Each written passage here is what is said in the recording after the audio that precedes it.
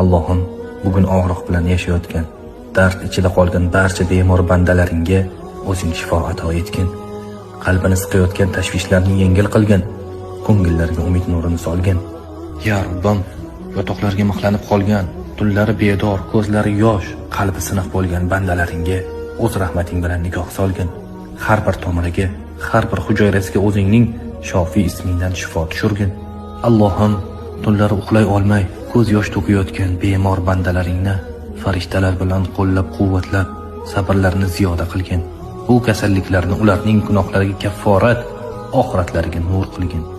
Ya Robbi, bu kasalliklarni ularning oxiratlari uchun daraja, bu sinovlarni esa rahmatingga sabab qilgin. Bugun dard bilan yotgan har bir banda tongni shifo bilan qarshi oladigan bo'lsin. Ya buyuk Robbim, dard ichida qolganlarni tez orada sog'lom holda oilalariga qaytarib, shukronalik bilan yashaydigan baxtli bandalaringdan qilgin. Amin. Ya Robbil alamin.